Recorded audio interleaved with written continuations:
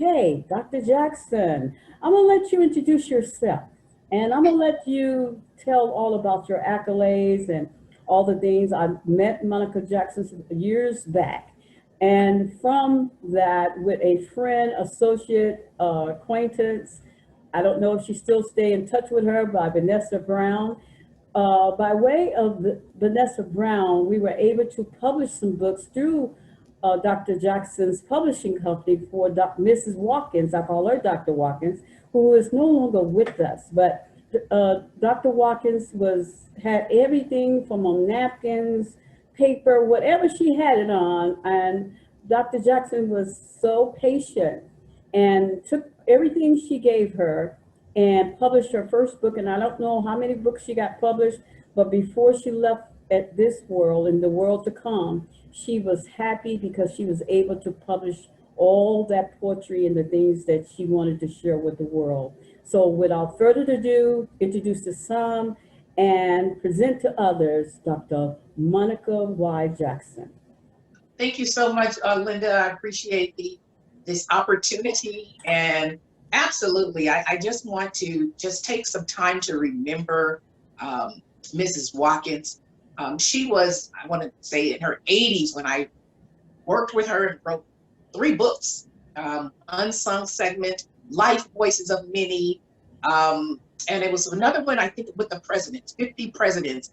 And it has just been a joy. In fact, I had tried to reach out to her family in an effort to keep those books going because I have all the material and I have not been able to connect with her estate. And I would love to be able to do that because I just think that her legacy needs to continue. And then I like to just give a shout out to Vanessa Brown. Just thank you for introducing me to Mrs. Watkins as well as Linda Wright. And I keep in touch with everyone now, and I just appreciate that. You asked me to introduce myself, but I wanted to just share that because I just thought that was just such a blessing. And that's been at least, oh my gosh, I don't know, 15, 20 years ago? I don't know. Yes. But it's been a long time. Yes. And I just appreciate that. I think so highly of Mrs. Watkins and the things that she was doing. And she was a firecracker. She would speak her mind, and I got a little firecracker in me too. maybe that's why we connected you to her. And Yes. I will try to connect you with the family if I get a chance to connect with them as well. Oh, absolutely. Thank you.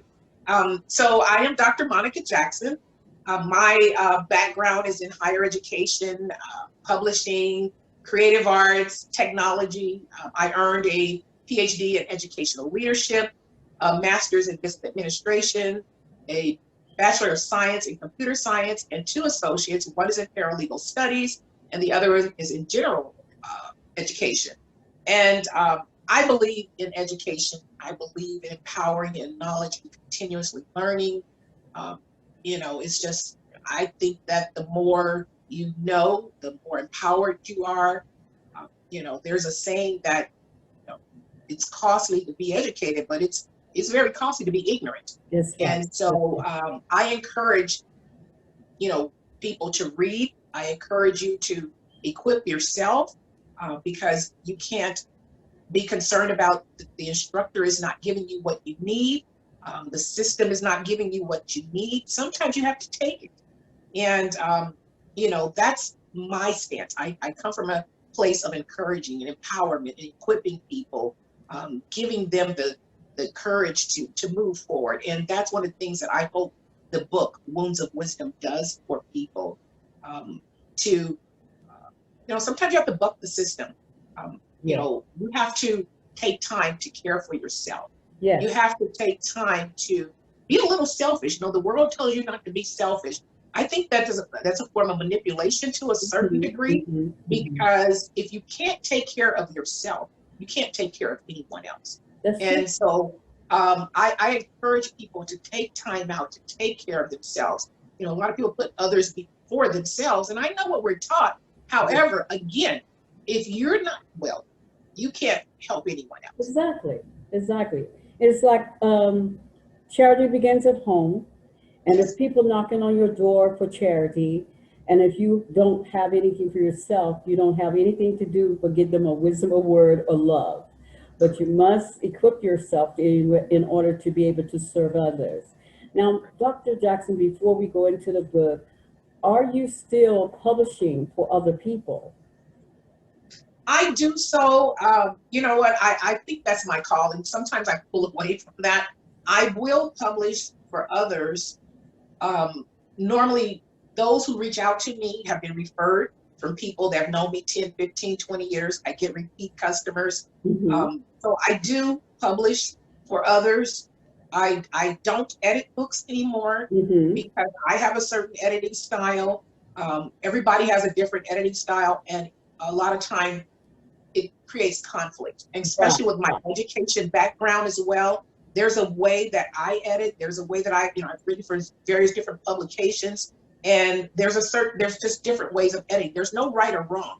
So I think people have to first have their voice, have their manuscript, and reach out to me, and then I will take that manuscript and literally provide you with your finished books. So Okay. I do not edit anymore. Okay, I just want to make sure that as we don't know who this video is going to be reaching. I did Yes, have someone that had a manual for to be edited as yes, well as want publication. So these people will hear what you offer besides you publishing for yourself. correct. Okay, so let's get started. In the Okay. prelude, you talk about your reason that you started this particular venture. Life wounds are painful. Surviving them is a blessing when you learn to release the pain and use those experiences to help others, which is the purpose of this book. People look at where you are today and decide to dislike you. They erroneously conclude that your life is a bed of roses. They convey what you have, gossip about the conclusions they've done about you without any proof of valuable interaction, and they feel that they are truly justified. They want what you have and who you have. They fail to realize that you have worked decades and survived great trials and tribulations to reach where you are today. They want your glory, but may not be able to withstand your story or your wounds you sustained. Can you elaborate on that? Well, absolutely. And I'm going to read another passage that's a little bit further down. The people you expect to have your back and be loyal may not. They may betray and wound you because you will not align with their foolishness. One day, they may have a change of heart. It may come too late or not at all. That's not your problem, issue, or concern. So Mm-hmm. choose to be okay with what you cannot change. So one of the questions that you had asked me earlier today, well, when we started this journey, Yes, was yes. why did I choose to write the book now Now, as exactly. opposed to, um, before? I think it would have been premature to write the book before now. Ultimately, I had not experienced the pains Mm-hmm. that I believe that are the focus of this book, which are in chapter 4 and 5, which is church wounds and children's wounds. And it would have had a different angle at that time. Um, I think this is also the perfect time to release this book because it's about exposure now. It's about accountability. It's about equipping people to think, to beware and aware. I also hadn't encountered God like I had now. Okay. I, um, you know, going through wounds, I discovered Jehovah Rapha, my healer, like never before. Mm-hmm. Jehovah Jireh, you lose things, you lose a lot of things, and you watch him come through for you. And a lot of that is captured in the book. Jehovah Shalom, my Prince of Peace. When you're going through storms, people are nowhere to be found oftentimes. And you have to literally, it's just you and God. Mm-hmm. And so for him to give me this peace that surpasses all understanding, it just has been amazing. And a lot of people say turn to the church. Well, that's the place I had to turn away from. Mm-hmm. And I say that because, sadly, the church is the place where I feel I have to be most cautious. Also, my ego was too bruised to write the book earlier. You know, I was very prideful. You know, Okay. Dr. Monica just don't make these mistakes. She would get herself in these situations. You know, family and friends and the church would never betray her. Mhm. And ultimately, like many people, I was embarrassed. I Okay. was very embarrassed. I'm no longer embarrassed. I believe my story is needed. It's needed to help people to confront, to close, and crucify their wounds. And a lot of times people just want to sit silent, and that's painful, that's hurtful, Right. that kills our spirit, that kills us physically, mentally, and spiritually. And a lot of times we're told and we're taught to be quiet, to shut up, to suppress our feelings, to walk around with a smile on our face if everything's okay. That's not reality. Hmm. And so um, I didn't come to those realizations until literally January 29th, 2021. Okay. All right. As I also searched, I found out because of this particular era, as you say, you did find out about that in 29. I think that, and I'm just going to say this, that a lot of us had more time on our hands to really think because of the shut in and shut down, and you had more time on your hand. You, in your book, you elaborate also about how you had taken the Corona 19 or the coronavirus, and it came to be a blessing for you because of what your needs were. And I just wanted you to elaborate on that before we get into the book, to tell people how sometimes, again, as they talk about the cliche, how you turn lemons into lemonade. You know, I personally think that COVID-19, this virus, this pandemic, was a wake up call for all of us. It was a wake up call for the world. It pulled us out of our comfort zones. It pulled us out of places where we just were literally just conforming, where we really were just going with the flow, doing what others expected us to do. And I say that, and I go back to the church because, you know, I go to church because I'm supposed to go to church. Yes. It's become a place where I don't enjoy. And Mhm. you're not going to hear a lot of people say that.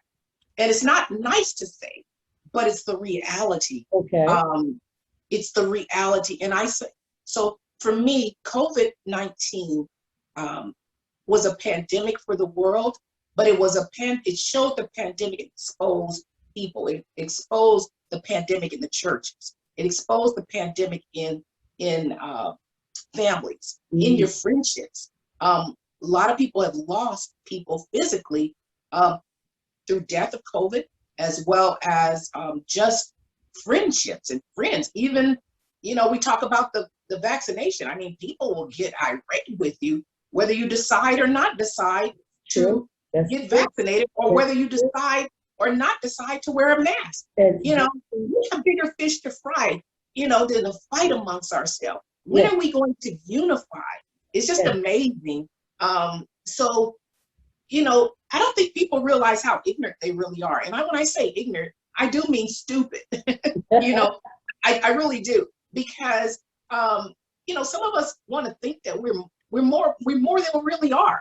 You Hmm. know, and you know, our opinion is the only way to go. Yes. Uh, and it just really saddens me because we won't even listen to anybody who That's has a different opinion. Some things, and I must say, yes, some people say some things that sound strange. It sounds crazy. Sometimes you have to look past the messenger to receive the message. And sometimes you have to just look at the messenger who's giving you the message. it's And true. so I think people have um, forgotten how to think. Yes. I teach a class called Critical Thinking and Problem Solving, and I've taught that for 10 years at the university level. It's amazing that people don't know how to think. It's absolutely amazing. Um, just, you know, stuck in their own ways, stuck Hmm. in their own beliefs. You know, I talk about in the book Foolish Faith. You know, you can't just speak things and claim it and it comes into existence. I mean, I wish it was that we can pray everything and it happens. It's not reality. but that's not what's taught to us. Yes. Just pray about it. Just pray about it. Well, you know what? And sometimes, I feel like prayer sometimes is a cop out. God's given us a brain Yes. to use, and we need to learn to use it. So I hope I answered your question. You did, because I wanted to make sure that people know that, in the zero what happened. And then also I just want to allude to that I saw that you say different things happened to you financially. You was blessed to get different things paid for you because of the different things that happened through Yes. the pandemic, or I call it pandemic, Yes. whatever you want to come first. And some people devastatedly lost. Even if they say, some of them devastatedly lost their jobs, their homes, and they're still losing their jobs and homes. And Correct. some of them are homeless. But at the same time, some of them are blessed to get unemployment, and some of them are finding other jobs. So some of this, what I said, making lemonade and from a lemon to a lemonade. Yes. We did lose people physically, and as you said, and we had to. For some reason, you hear me, but it was a car passed and my camera went out.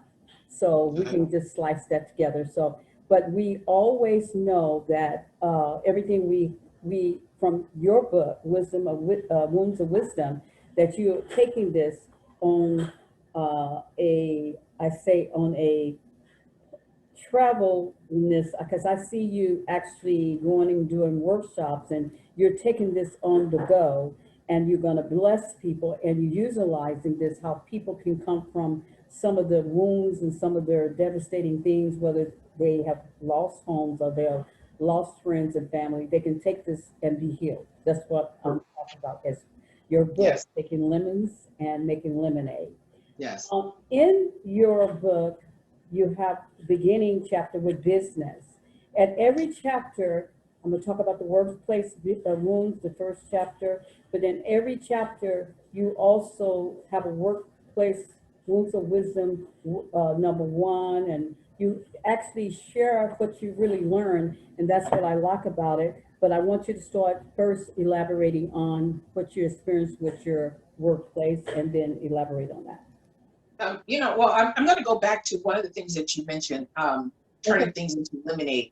A lot of people lost things, and so did I. I lost my major contract, like I said, January 29th, but prior to that, I lost it in March when the pandemic hit. Mm-hmm. And for me, the pandemic was a blessing.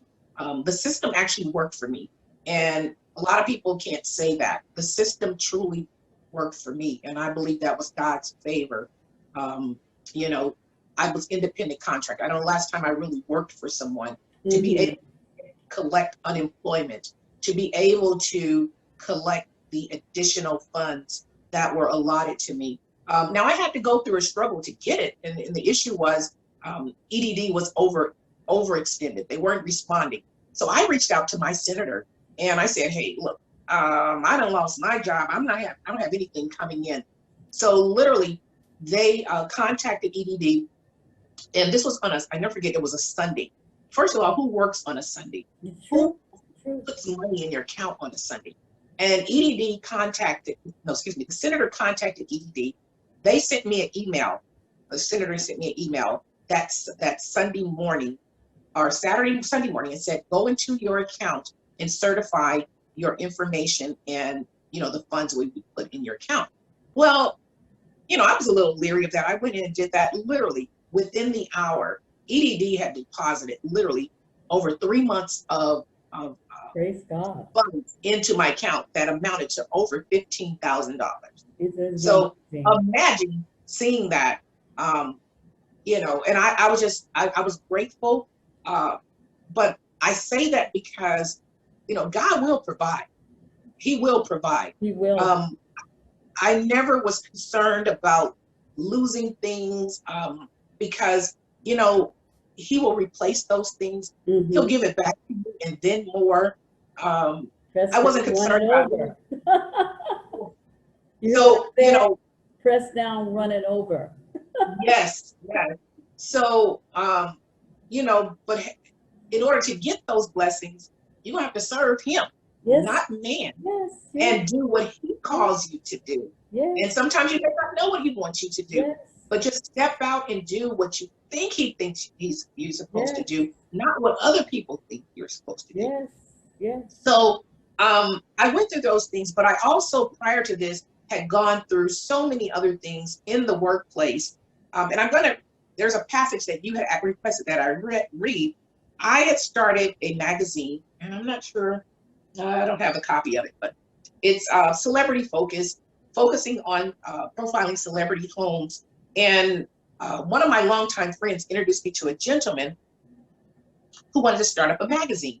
And she referred me to him. I just jumped in with both feet, okay, doing absolutely nothing to investigate or anything, his background, I just trusted her referral.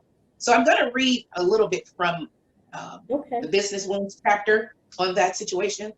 I met a local photographer whom I secured through a referral from Detroit Chamber of Commerce, and we proceeded to complete the photo shoots and interview. I obtained his invoice and also asked him to mail a copy to the office. However, I wanted it in my hand so that I could have a record and make sure the publisher paid the invoice promptly. Everything went as scheduled, and the trip was a success. Upon returning, I secured photo shoots and interviews with actress Vanessa Bell Calloway from Coming to America, All My Children, Boston Republic, Saints and Sinners, and more, as well as her daughters, Ashley and Alexandra. Celebrity artist Cynthia St. James, actor and singer T.C. Carson from Living Single, Ken Fiore from 227, Amen, Keenan and Kel, Madlock, and others, whom I secured through my personal contact connections. What occurred next was unimaginable. There was a lengthy article in the Orange County Register showing a picture of Mr. Publisher who was wanted for all sorts of white-collar crimes, massive outstanding debt, fraud, and more. His photograph was also plastered on television stations as a wanted man. My heart sunk. All I could think about was that the photographers were not going to be paid and the celebrities were going to be disappointed for wasting their time because of this obvious criminal who I was now linked to, even though they had not spoken to or met him. They only dealt with me, and I had to explain what was going on. I directed them to the news and the television, and you talk about being embarrassed. I wanted to crawl under a rock and never climb out. So that situation, when you find yourself in situations like that, I value my word, I value my character, my integrity at all costs. And, I had to realize, what do I do with that? A few days later, or I think it was a week later or whatever it was, I ended up losing another job. Well, at that time, the housing market was very, very lucrative. It was a seller's market at that time. So I had lost the job. I decided to sell my home, pay the photographers, and because I could live on the proceeds for years if necessary. Right. And a lot of people would not have done that, but again, I know what it's like to be on the other side of that.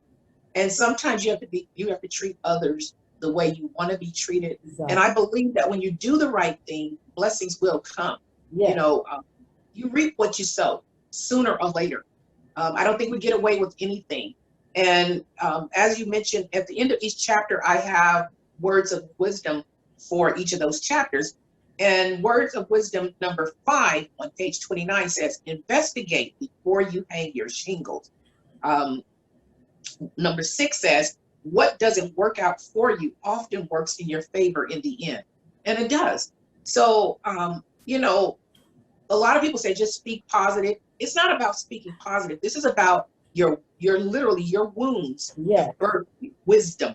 And there is no other way to gain wisdom than wounds. It really isn't. You can't have a perfect life. Things can't be perfect for you to walk and have wisdom. It doesn't come that way.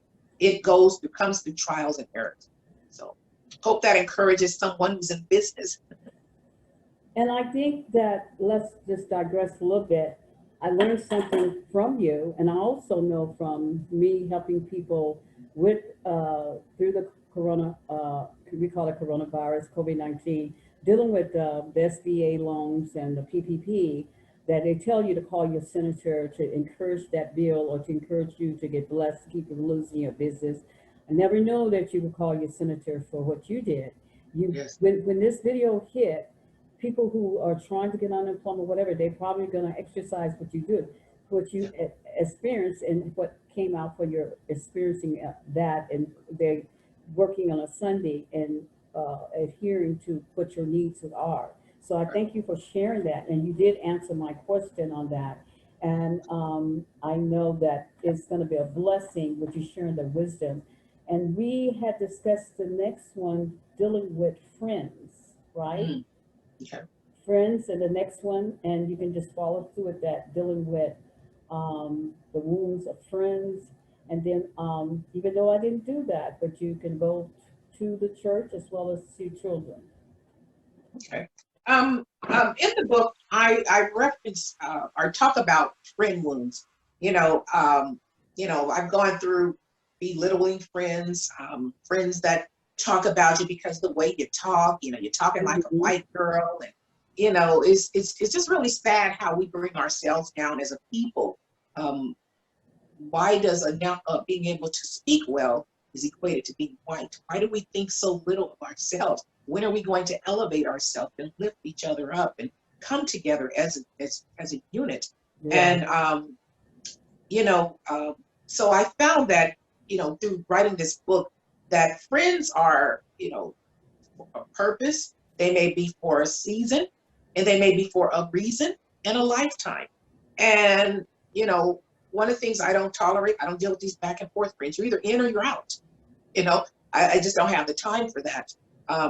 Because that's when your emotions start getting involved. Friends take advantage of you. I think that sometimes friends become too friendly, so to speak. I think they can say anything to you and expect for you to tolerate it. And you don't have to tolerate it. People need to be respectful at all times. And not only that, you need to be accountable for what things you say and do. Yeah. A lot of times it's difficult to hear that you wounded somebody, that you've hurt somebody. And when somebody says you hurt them or wounded, you did. Take responsibility for that. Yeah.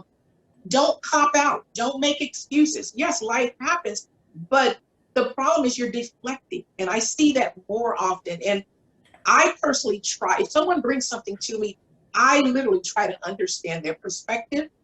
If I can correct it, I will. If I can't, I move on and I don't look back. Right. I hold no grudges. I just move on because life is too short. Not only that, is I can't please everybody, and I'm not trying to please everybody at all. But you will, in this chapter, I walk through 5 specific friends that I lost during this time, or I felt wounded by, and these were not just friends from that. These are friends who knew me very well, who I thought were friends, and again, if people are not meeting my definition of friend, then that's not my friend. One of the words of wisdom that I shared at the end of that chapter is stop calling everyone friend. A lot of times we introduce, oh, this is my friend. Maybe we start saying, this is my associate. And a lot of times, yes, that sounds a little bit more offensive, but maybe that's what people need to hear so they can become a friend and know how to be a friend. True. People want to be a friend when it's convenient for them, when there's something in it for them. Again, the selfishness. So,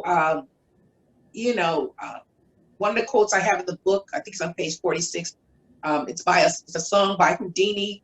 Friends. How many of us have them? Friends, one we can't depend on. I think during COVID, it really taught me who my friends were.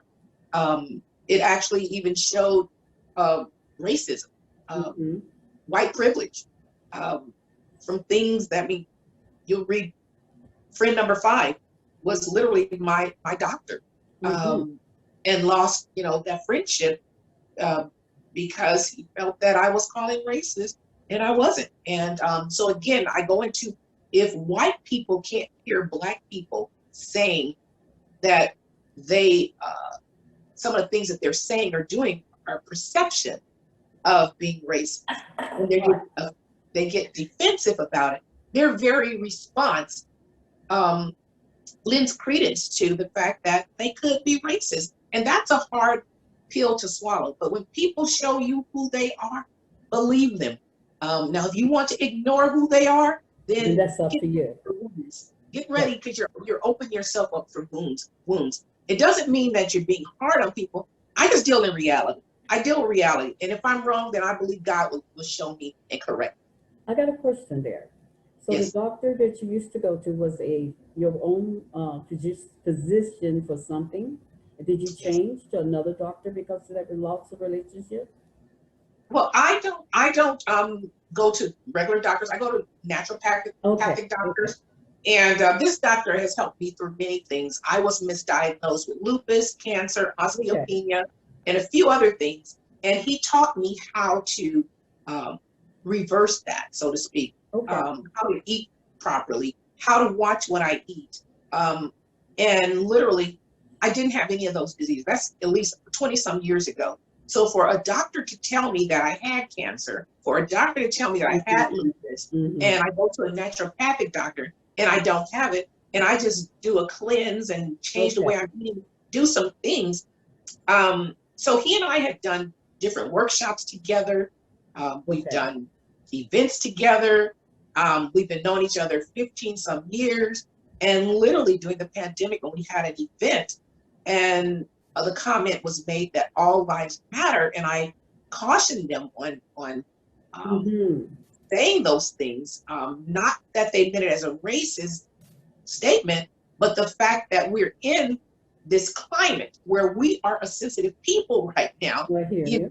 with the George Floyd Mm-hmm. situation going Mm-hmm. on, just encouraging them to be more sensitive and how it's to be received. Well, they took it as if I was calling them racist, and it just went left. Wow. It was just a horrible experience, and that was painful because one, I didn't expect someone who, with that level of education, that level of interaction, that level of who I've had high respect for, to attack me, not just then, but afterwards, to the point of threatening, to the point of harassing, Wow. in writing.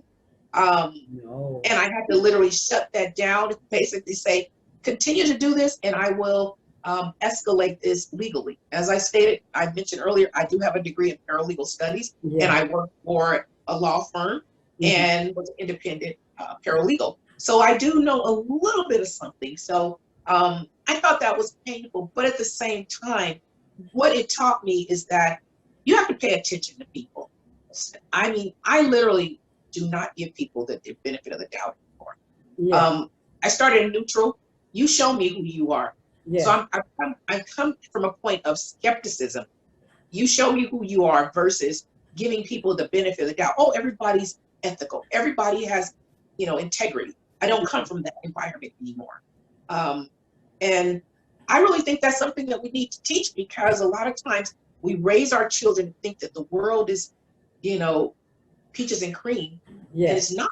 It's not, and it's not to. We need to prepare them, and we're. I don't think. I think we are doing an injustice to our people, to society as a whole, and it's time to wake up and stop sugarcoating and pretending and covering up and turning blind eyes and you know um, just condoning behavior for people, regardless of who they are, whether it's a doctor, whether it's a lawyer, whether it's a pastor, whether it's a prophetess, whether it's a friend, whether it's your parents. Right. Whatever label Right they is right put. and wrong is wrong. Yes. Period.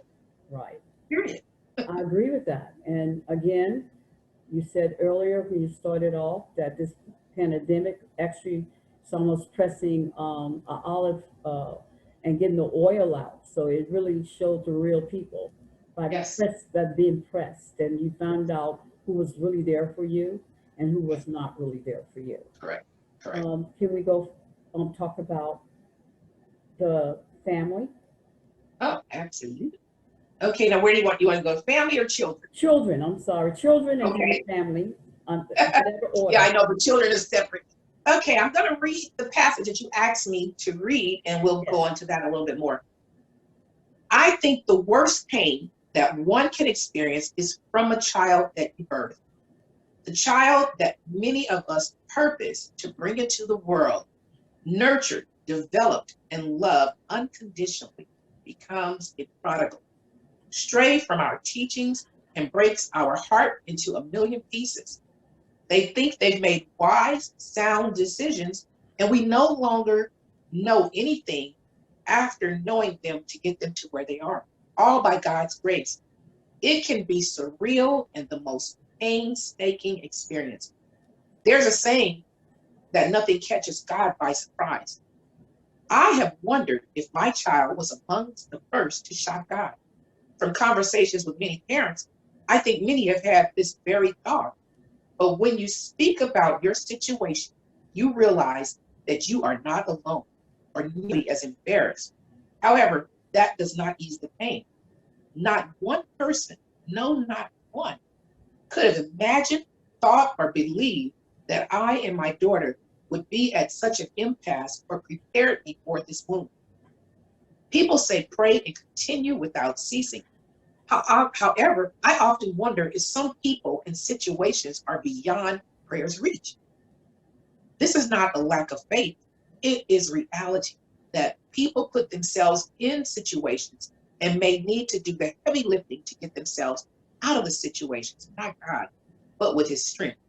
Also, praying repeatedly for a child and not seeing those prayers answered is disappointing, disheartening, and heartbreaking. Personally, my prayers shifted from my child's situation to my response to the situation until and if it changes, because that's all that I can control. And that virtually eliminates the pain. I think that I had to go through this particular experience um, in order to, before I could write the book. Okay. I believe God knew what was coming.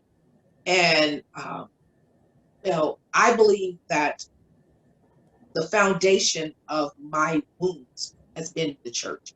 Mm-hmm. And the book goes back all the way to age 6, literally, up until literally 57 right now. Okay.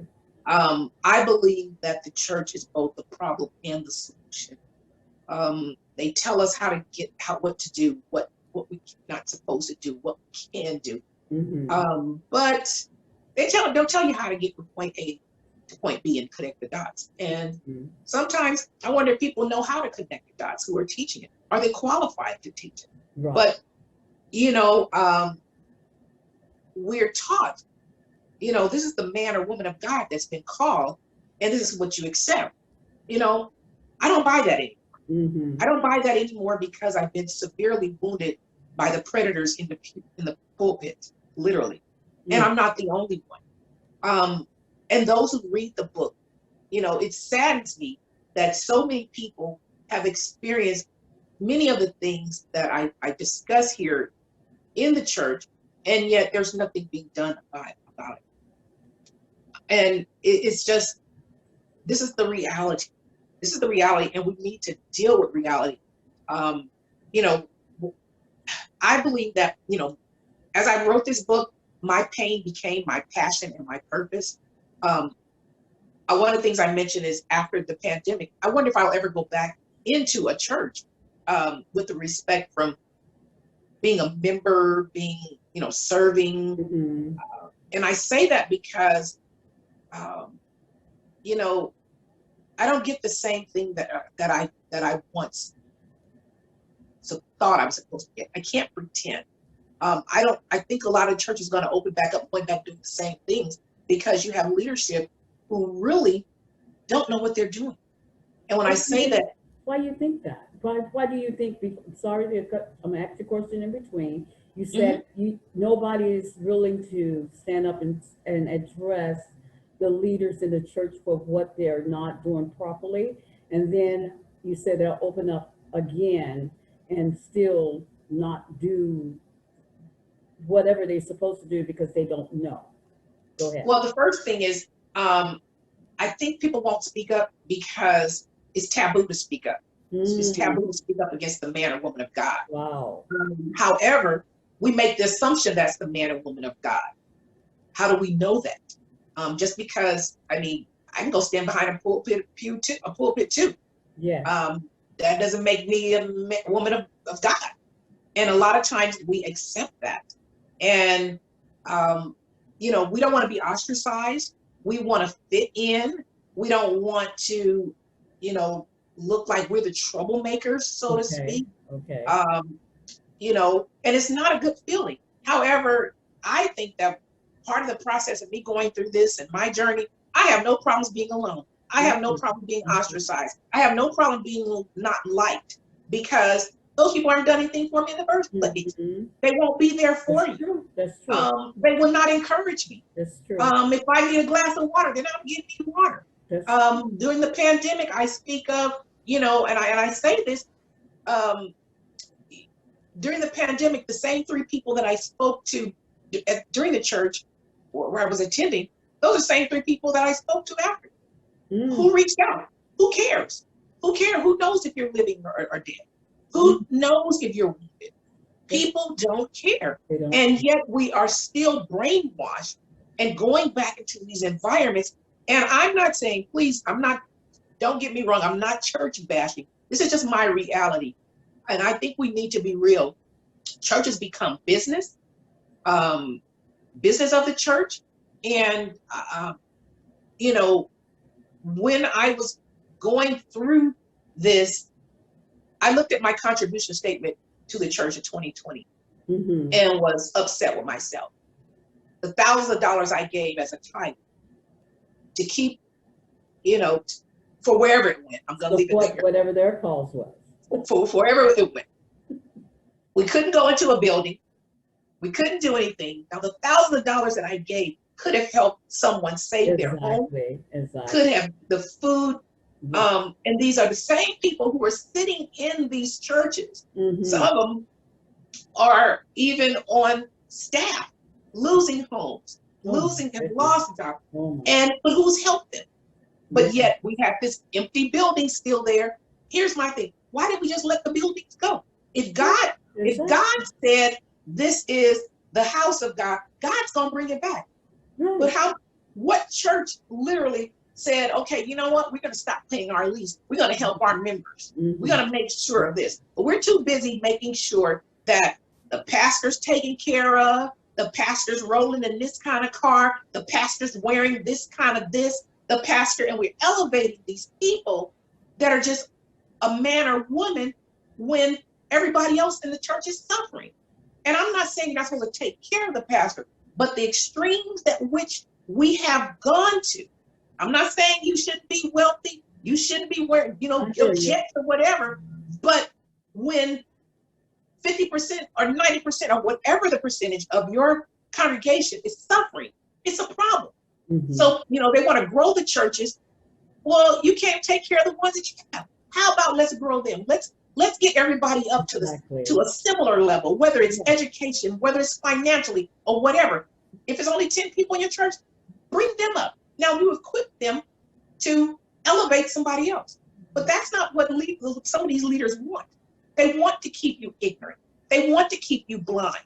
They want to keep you there because there's a level of control. And guess what? You're allowing it. Okay. You're allowing it. Okay. And so leadership, just because you are called into, I believe a lot of people are called to preach the word of God. I Mm-hmm. don't believe a lot of people are called to pastor. Okay. And a lot of them don't have the leadership skills.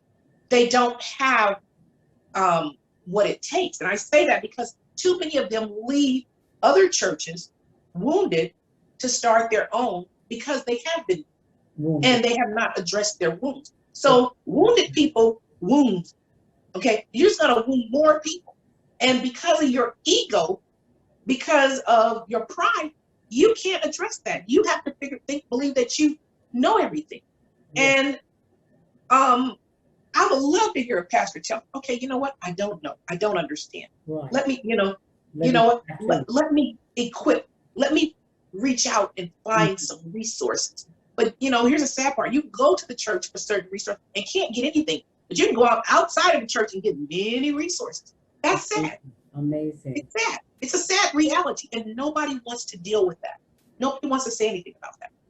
Okay, so you say from 6 years to where you are dealing with the passage you read about your child. So let's talk about your child. About what? I'm sorry. Your child, your children. You went from the passage about children wounds and Yes. went straight to the church, but you say it started with the church at 6 years old. But in the passage, you say you would not even know, the relationship, dealing with your child.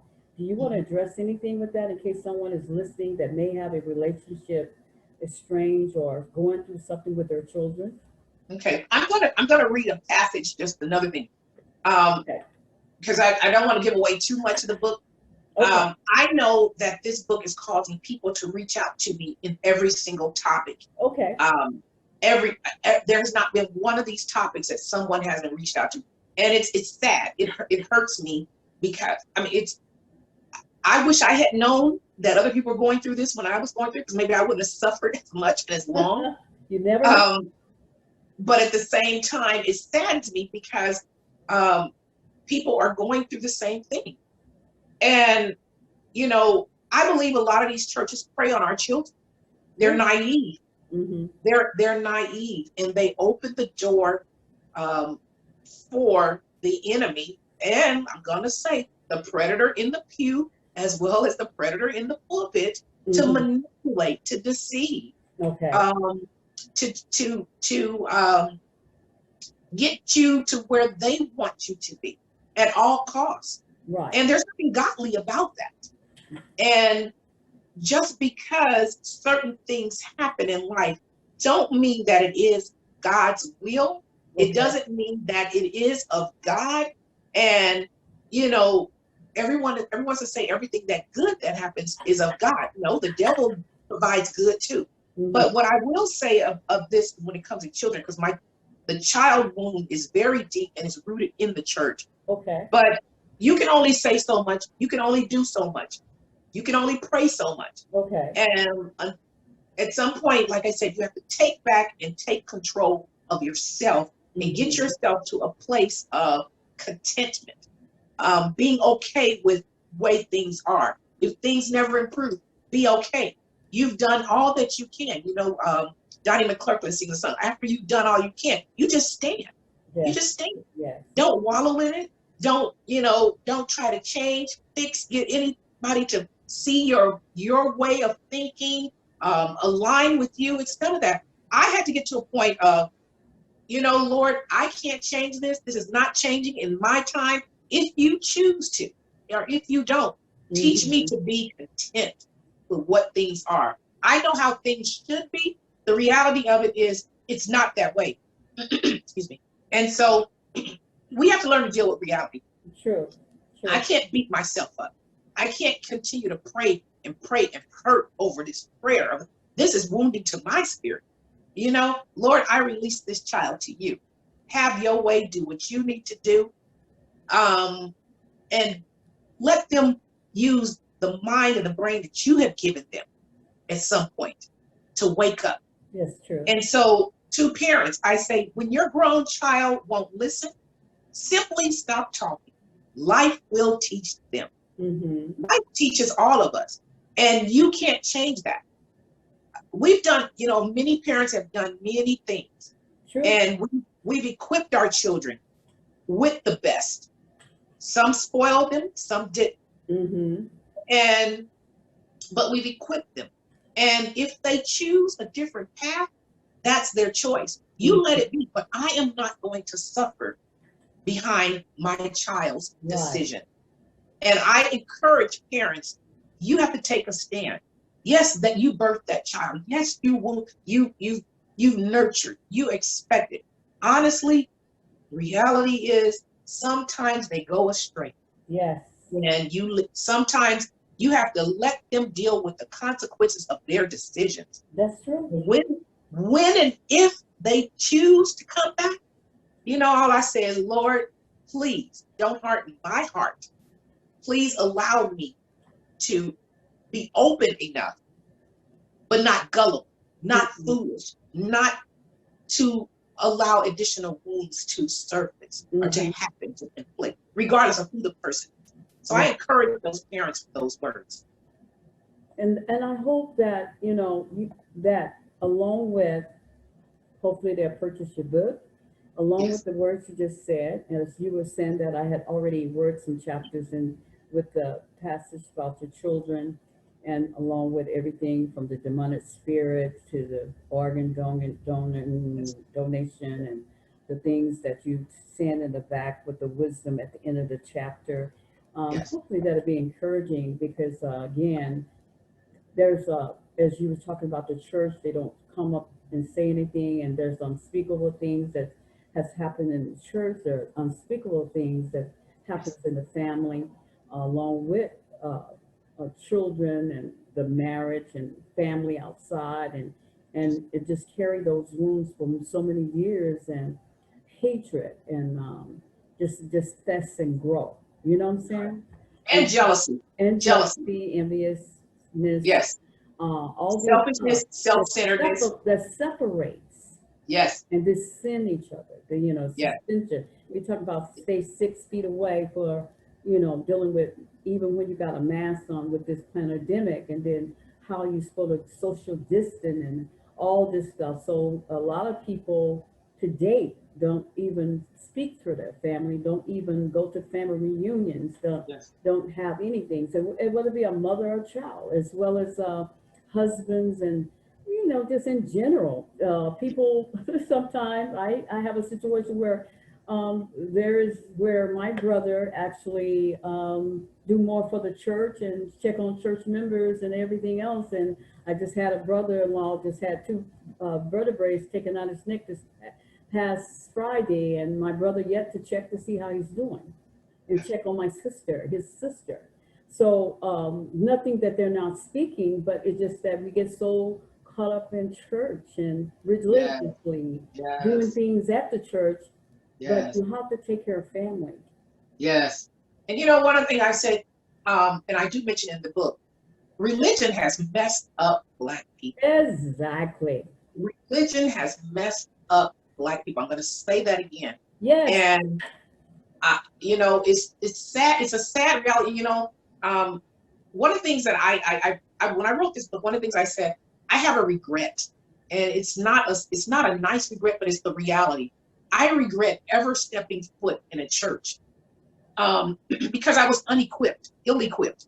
And I think that we do a disservice bringing our children into the churches if we as parents are not equipped. Exactly. Because we're opening up the entire family to all sorts of things. A culture. Demonic spirits, manipulation, deceit. But at the same time, I feel that the church is the place where I'm supposed to go back into to help these people, or people who are hurting and wounded. On the flip side, I don't think that there's a minister who's going to welcome me back into a church to speak on these things, because it's going to mess with their business, their money, their flow. Okay. And I say that I was mentoring a young lady who's 23 years old. She was molested by her pastor for, I'm going to say 10, 15 years, just say from age 10 to whatever. Wow. Now, the sad part, this is her uncle also. People in the church knew. Okay. People in the church know. Let me say no, not knew, no. Yes. His wife knows. His wife knew. And so the young lady was involved with him from a young age. Wow. And it wasn't until a young man came to her and said that he was interested in her And she said, oh no, I have a boyfriend. She said, well, I never see you with him. So she mentioned, oh, it's the pastor. We're getting married and da da da da da. And so he says, that's your uncle. Honey, he's molesting you. She goes, what? Oh my Here goodness. she is in her 20s. And she still thought it was okay. She thought it was, well, here's the thing about, she thought it was okay, but this is the message I'm trying to tell people. We think people should know better. But they don't. At a certain age, but they don't. And when you are controlled, or when you are in environments that are hurtful, that are deceitful, that are wounding you, that's brainwashing you, you will drink the Kool-Aid. You will. So this young lady at 23, when I met her, I just embraced her as my child. Still to this day, this pastor is standing in a pulpit. Don't think he's not doing it to somebody else. Don't think he's not. And so what I'm saying is, people in the pew, you're just as guilty. Responsible and guilty. Yeah. Correct. Because you're trying, it's not, oh, let the Lord handle that. No, it's not that. God gave us senses. And we're not using it. You know about it. Yes. Correct. We're not using our senses. And it's sad, because here's the thing about it. What if that's your child? What's that your daughter? What's that your mother? That's when it's an issue. As long as it's not mine, me, myself, and mine, we don't care. And I'm so tired of that. And so my spirit is very discerning. It's probably a little bit too discerning, but I ask the Lord for that. I ask the Lord for discernment, because I don't want to be deceived anymore. So when I see things now, I see it, I accept it, and I move on. If someone comes to me and asks me what happened, I'm going to tell you. I'm not going to, mess up the environment there, because that's not my job. But if you come to me and ask me something, you're going to get the honest truth. A lot of people don't want to hear the truth. Some people have told me they don't want to read my book. These are Christians. They don't want to be open to the truth. And some of the things I do as well, people, how can I say that? People are programmed by the TV they sit in front of her, and by the standards are set by men in the community. And when those standards are different, that's what they call it. Yes. That they think that you are the wrong person. Correct. Telling them, and the thing that they've been told all their life or been programmed to, you are a troublemaker. Yes. But with that said, Monica, or Dr. Jackson, you said that they won't allow you to go into their church, because you're going to mess up their money, their program. Have you ever thought about opening up on your own establishment and services, and in order to, whether it be a outreach, something for you to be able to do so? Well, you know what, Linda, again, falling into the norm of society, what you're supposed to do. I still think I'm still trying to figure out what I'm supposed to do when I grow up. I know, you told me that. Who I'm supposed to be, and that's a good thing, because a lot of people feel that they should be doing certain things because they've been doing it all their life. They're not open to anything. My thing now is, Lord, what do you want me to do? Okay. What is my assignment? Right. I'm not too proud to go and be a receptionist if I have to be. Right.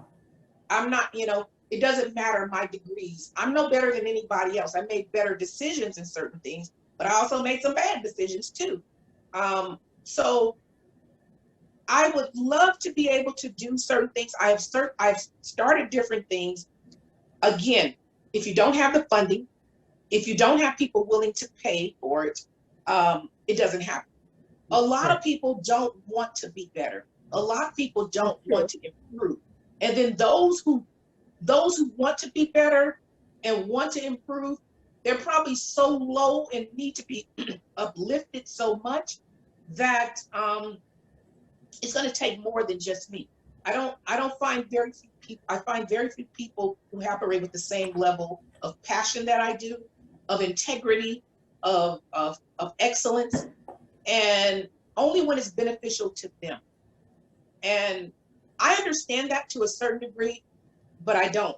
I thank God now that I'm in a situation financially where, if I You muted. We can't hear you.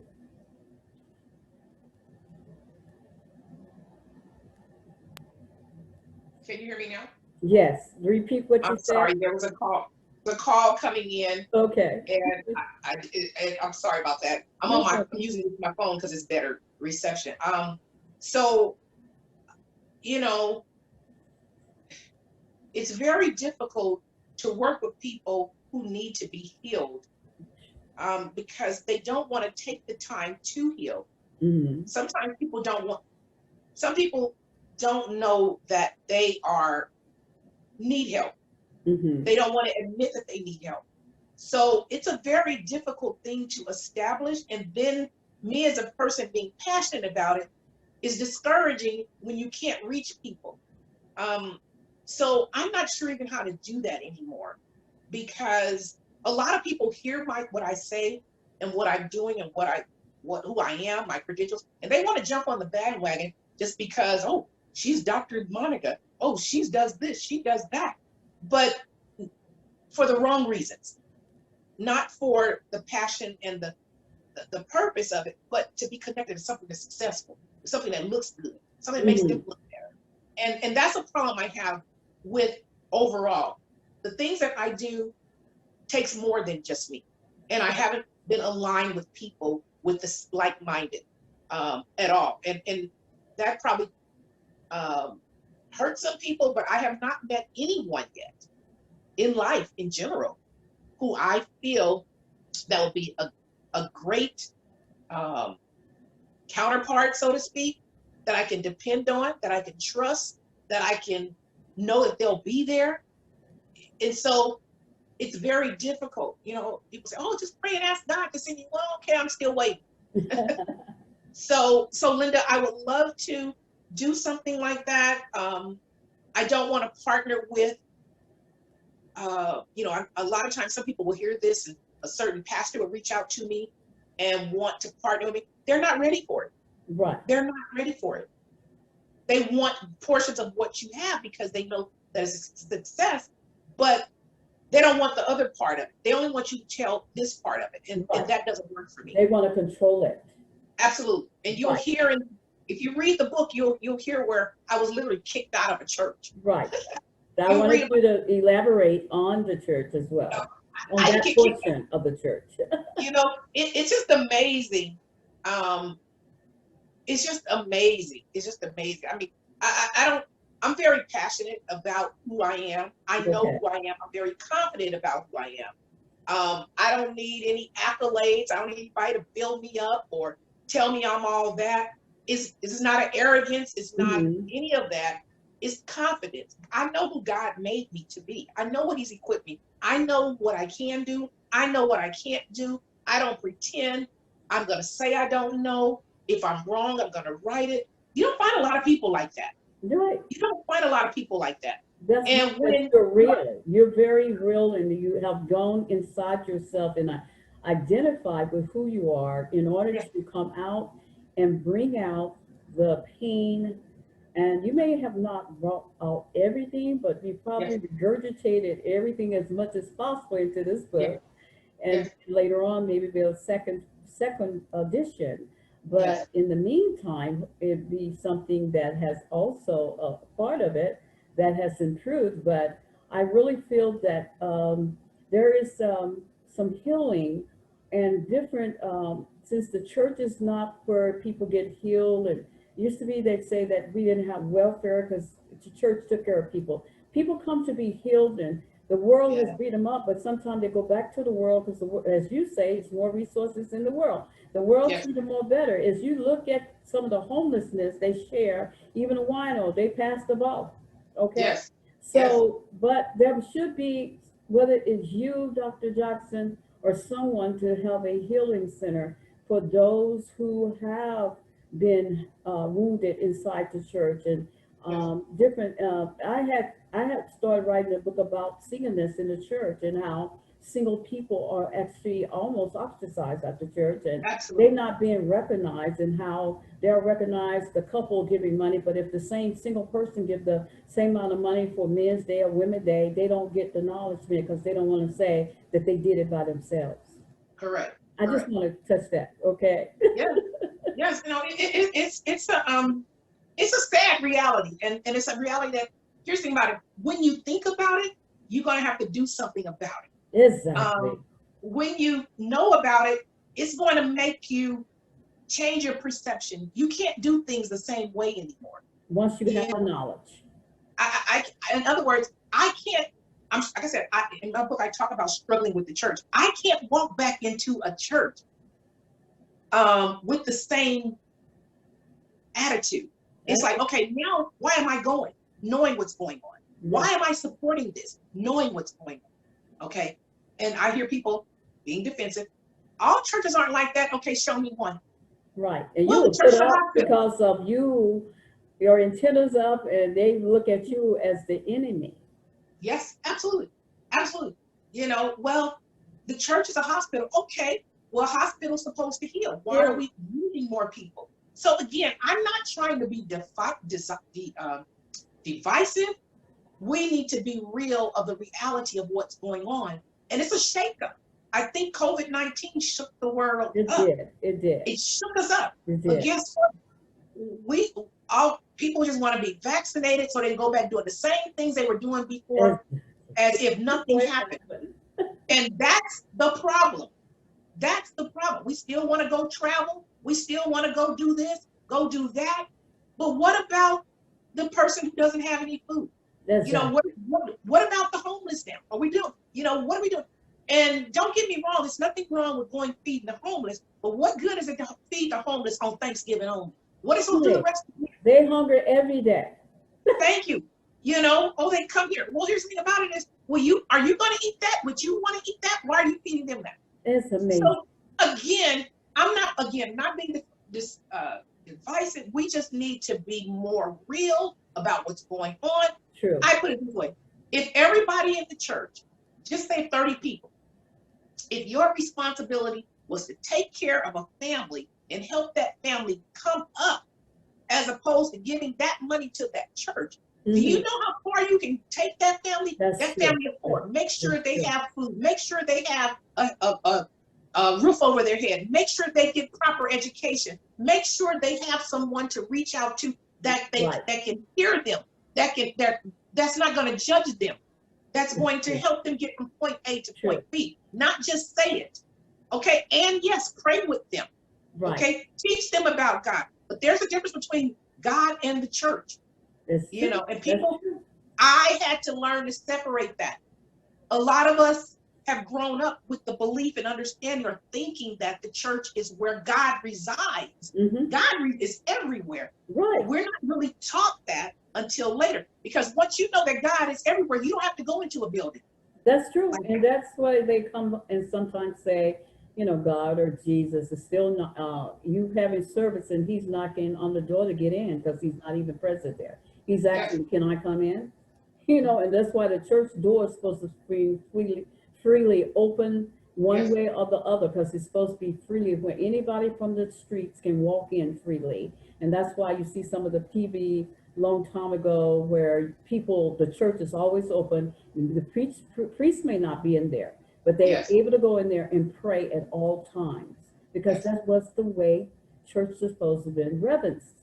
You understand what I'm saying? But I understand that, and we talked about the church.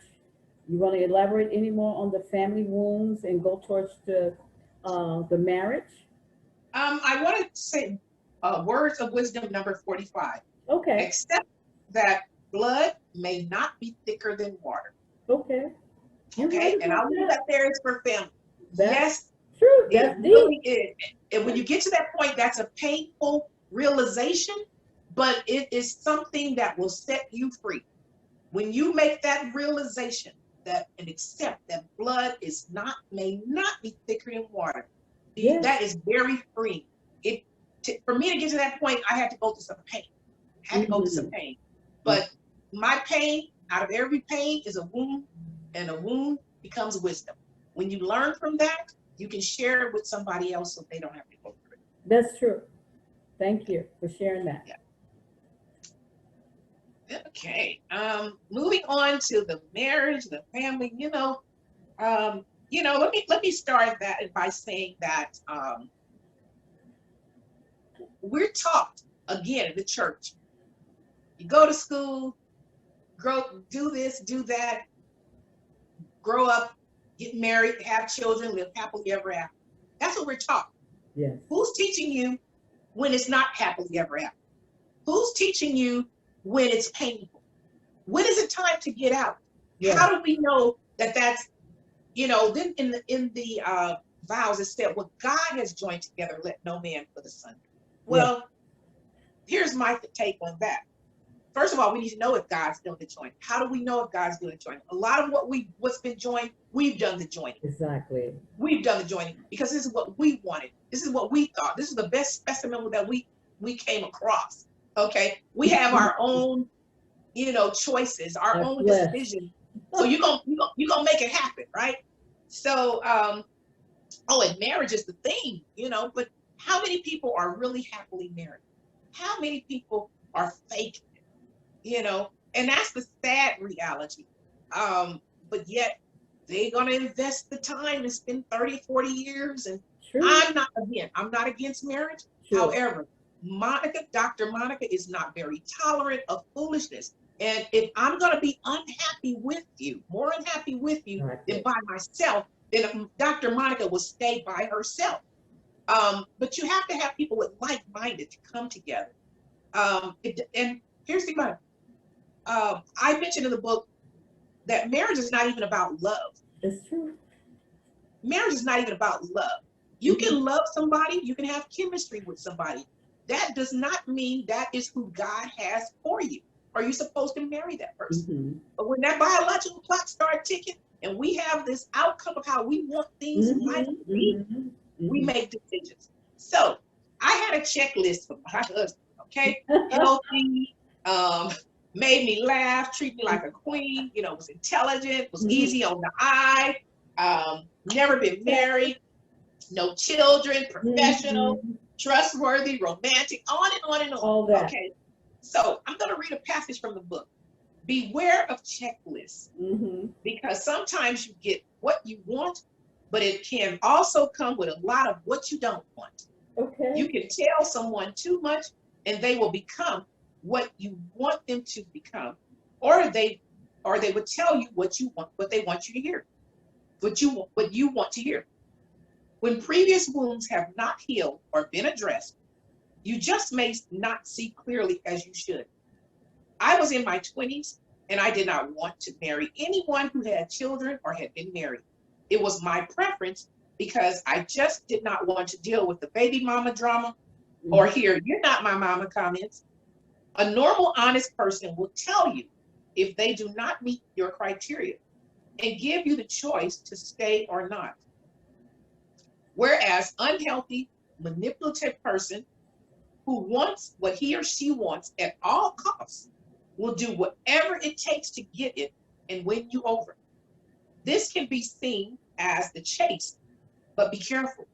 Do not get caught up in the chase that you can't see the con. Mr. Engineer owned his home, drove a luxury car, was liked and super intelligent. I did not want for anything. He had prepared a home for his bride and was emotionally and financially ready for marriage. If I even wanted something, mentioned it, I had it. He was very attentive to and accommodating. One day, we slipped and we did the do. Now, when you do the do, you do the I do. No matter what happened, except for abuse, he was the one because we crossed that line. You also just don't date someone you work with to avoid becoming the office gossip if things don't work out. So we kept our relationship very hush-hush. His boss would always try to matchmake, but initially I was not interested. He pursued me relentlessly. The chase and the con were on. Relationships fail all the time. It is normal. But why do we have the false expectation that we cannot and should not experience such failure? We can choose to be embarrassed now with less wounds or embarrassed later with significant wounds. Again, I go back to the church. I was taught, you don't have sex outside of marriage. Mm-hmm. Okay. So guess what? If I did, now I gotta make this thing work because I'm already sinned. Okay. Okay. Now, so because I didn't already sin, I can't tell anybody about this sin, and nobody else is doing this sin, and so I can't be embarrassed. That you know of. Yeah. So again, this is what I'm saying about the damage of the church. I Yes. know what the word of God says. However, somebody should have allowed me and others to be very comfortable with, you know what, I fell short. I fell down. What do I do? Oh, baby, you know what? That's not who God asked for you. Mm-hmm. But nobody says those things. Mm-hmm. Nobody says those things, And then you have those that have a child out of wedlock. Well, now they want to label her with the scarlet letter, ostracize her Mm-hmm. instead of embracing her, teaching her how to be a mother, instead of her struggling. But yet, I've gone to churches where single mothers try to christen their babies, and they don't allow the father to participate Mm-hmm. because they're not married. Right. What is that saying to the child? Right. What is that saying to the mother or the father? He can still be a father and step up. Honestly, and here's the sad part. The reality is marriage is a piece of paper. Exactly. Now, I know that hurts some people's feelings. That hurts people. It's a instrument. It's a Correct. document. And a lot of Correct. people, it's man-made. It's a lot Correct. of people saying, I'm married to you. Some countries just say they don't do it. You commit yourself to each other. Correct. Back So in the biblical days, that's what they did. Yeah. So this marriage, this piece of paper, gives you this false illusion Exactly. that this relationship is going to be a certain way. Mm-hmm. And you may value that piece of paper, but if your mate doesn't value that piece of paper, you need to get to know the person. And how many people have stepped out on their marriages? All this adulterous relationship, all these, extramarital affairs, all these, bastard children, so to speak. Exactly. Okay. But we're not dealing with that. We still want to teach all of this. And I don't have a problem with teaching. I have a problem not dealing with the reality. What do we do about the bastard child? What do we do about the single mother? Why? Here's a problem. Think about it. Only difference between her sin and somebody else's sin is she has evidence of it. You probably doing the same thing. You just don't have any evidence to show. Yes. Yes. So we need to be more real. We Yes. just need to be real. And I'm just so fed up with the lack of realness, and me included. I've always been a real person. I just haven't been out as outspoken as I am about it now. But the church wound that I sustained, which is in the children's wounds chapter, is what made me Mm-hmm. start speaking up. Okay. So until you are wounded to your core, you may sit and be silent and be Mm-hmm. part of the problem instead of the solution. So if anybody's dealing with some pain, there's purpose. And what am I supposed to learn from this pain? What can I do to help somebody else through this pain? What is the reality of it? And how can I help somebody avoid this? Or if they've experienced this, what can I do? Right. What can I do? So that's what I hope that people would take away from Wounds of Wisdom. Wounds of Wisdom. And the words of wisdom that I have in this book to deal with reality. This is the only way the world is going to become better. We as Black people want to be treated fairly, equally, have the same opportunities as other people or the white privilege, so to speak. But at the same time, what are we doing in our own homes, damaging our homes, damaging our people? What are we doing in our churches that's doing the very things, or even worse, than what some of the white America is doing. Exactly. And so how can we expect them to do better for us when we won't do better for ourselves?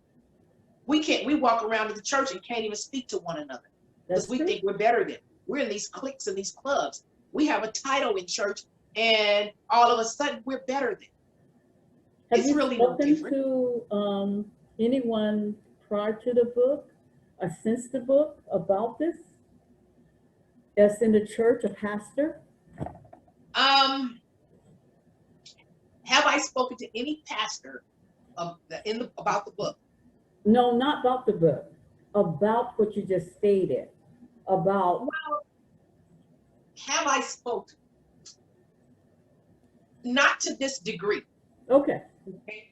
And I say not to this degree because one, this is just my opinion. And it may not be a right opinion, and it may not be fair to say, but it's my reality. Mm-hmm. I don't think it's going to do any good. Okay. And the reason I don't think it's going to do any good is because they would not be operating their church the way they operate. Okay. If I thought it was going to do some good. So until the Lord wakes them up, even if they read this book and read the things that I'm saying, I don't think they're going to buck the system. Okay. They're not going to buck the system because that means that they're going to start losing a lot of people because they're not doing what people think that should be done. And I'm not a biblical scholar. I did go to school of ministry for 2 years because I didn't understand how to connect the dots on certain things. But I don't think I'm looking for a pastor that comes to me and can help me through some of this. Let me see you doing something different. Let me see you doing things that matter, because I don't care about a choir. I don't care about an usher board. I don't care about a donut ministry. None of that is going to help heal people. And honestly, if people are hurting, they really don't want to hear about the Bible. Sorry, if I'm hungry, I don't want to hear just prayer. I need some food. True. That's true. So let's deal with the needs. Exactly. You know, there's Maslow's law of hierarchy of needs. If people's basic needs aren't met, food, shelter, all of that, it doesn't matter what you're telling me. Yes. So help people get to that point. Then start feeding them the word of God. But we want to do it opposite. We want to go, okay, this drug addict or this prostitute, we want to pull them off and tell them about God. Well, here's the problem. What led them to prostitution? What led them to the drugs? Get to the root of the problem. Because until you address that root and pluck that root out, you can't deal with it. You know, but we want to say, okay, God heals everything. Yes, he does. But what happens when God doesn't heal? And we don't deal with that. We want to say we can pray everything and give this illusion that prayer is going to solve everything. Then if I prayed about it, then why didn't it happen? Who's doing that? Who's saying anything? Who's addressing that? Yes. So our leaders in our churches, our leaders in our communities, we have to be real first and foremost. And I don't think people are brave enough to be real. I just don't. Now, we had some people say, well, they're going back to school and doing all these things. See, some things are common sense to me. Sure. I think some things are common sense. People need to stop and say, you know what? Let me get to myself and let me think. Let me think what's in my mind. People don't allow themselves to think. So when you think, and I'm talking about critical thinking, okay, well, A, B, C, D, it's not about changing my mind or changing somebody's mind. But you know what? Let me see this from this perspective. Let me see it from this perspective, this perspective. And so then it was, well, but the Bible says, okay, yes, the Bible does say that. Right. I understand that. How do you apply that here? What else needs to be done before you get to that biblical teaching? That's the problem. Right. So can you tell me to apply this when I'm dealing with other stuff that you won't deal with because you're not equipped to deal with? And I'm saying that I'm not equipped to deal with But what I'm saying, you have to get a dialogue going. Same with this racism and white supremacists and everything. If you're not discussing it, some people don't know better because they don't, this is all they know. They don't put it on the table and bring it to the table to Correct. discuss and to come up with a hopefully solutions. Correct. And like Correct. you say, and dialogue among yourself, whether it be a table of Black people, white people, Hispanic, Yep. Asian, whatever. All because, like I say, culturism is within yourself. Sometimes culturism is different within the Black race itself. Yes. Everybody is different, but we are coming to a close. So I don't know if you want to give any final words of wisdom that you have in the back of the book. You want to quote any of those? And I have two that I would like to okay, share. Word of wisdom number 53 on page 192. okay, Trust your gut, your instinct, and your inner voice. God gave it to us. Don't ignore it. Too often, I think that, you know, some of us, we know better. We know better. We know we feel uncomfortable. We're still doing it. Why? But you are accountable for your actions. You can't blame anybody else for your actions. You can't blame anybody for what you don't know. You have to know. I mean, ignorance of the law is not going to prevent you from dealing with the consequences. And so it's the same thing in life. The other word of wisdom, page 198, number 79. Stop making assumptions. Everyone does not have your heart, character, or integrity. Act accordingly. And we want to give people the benefit of the doubt way too much. Let people show you who they are. Stop making excuses for people. So I just want to encourage you guys to, spread the word about wounds of wisdom. yes, And anyone that purchased the book, what's the date? June 15th? 15th. The world is just opened back up. Yes. I encourage, the first 5 people who purchased the book within the next 24 hours Pacific Standard Time, I guess it's probably about 12:30 tomorrow afternoon, I'll throw in the journal for free. And you can purchase that at drmonica.com, drmonica.jackson.com. You can also go on the website and review comments from readers. There's much going on right now, working on a script with the book. Won't talk about that too much because I'm struggling with that because it's opening up other things. Just need to get the word out. I like to also start giving some classes. So if there's any place that would like to team up and really deal with reality and help people heal, address their wounds, sometimes people just need to talk it out. Speaking engagements, I like to, work with encouraging people to heal, to deal with their healing, to be confident. Stop worrying about what other people think about you. Stop worrying about, trying to fit in. Overcome your embarrassment. Live, be content. If you make a bad mistake, get back up and try again. So I just want to thank you, Linda, for having me this opportunity. And, I appreciate this. And for those who are listening to this, we did this probably about 3 weeks ago, and the tape did not tape. Record. 25th. The 25th. Okay. And so this is a repeat. So we had a live audience before, and I probably was a lot more animated because I was feeding off the crowd. And, one thing I do want to say is I'm very passionate. I do elevate my voice, and it's not anger, it's passion. And here's the thing about it. Some of these things in this book, I'm entitled to being angry. The Bible doesn't say not to be angry. It says not to sin in your anger. That's true. Anger is a normal response. And I know a lot of people who will talk to me, they'll say, oh, you're so angry. Yes, I am angry. I'm angry because people are walking around here wounded and nobody cares about their wounds. I'm angry because the same systems are continuing to hurt people. So I am angry. If you're not angry about those things, it's a problem. You got to look at your own heart. So thank you again for your time, Linda. I appreciate it. Anytime.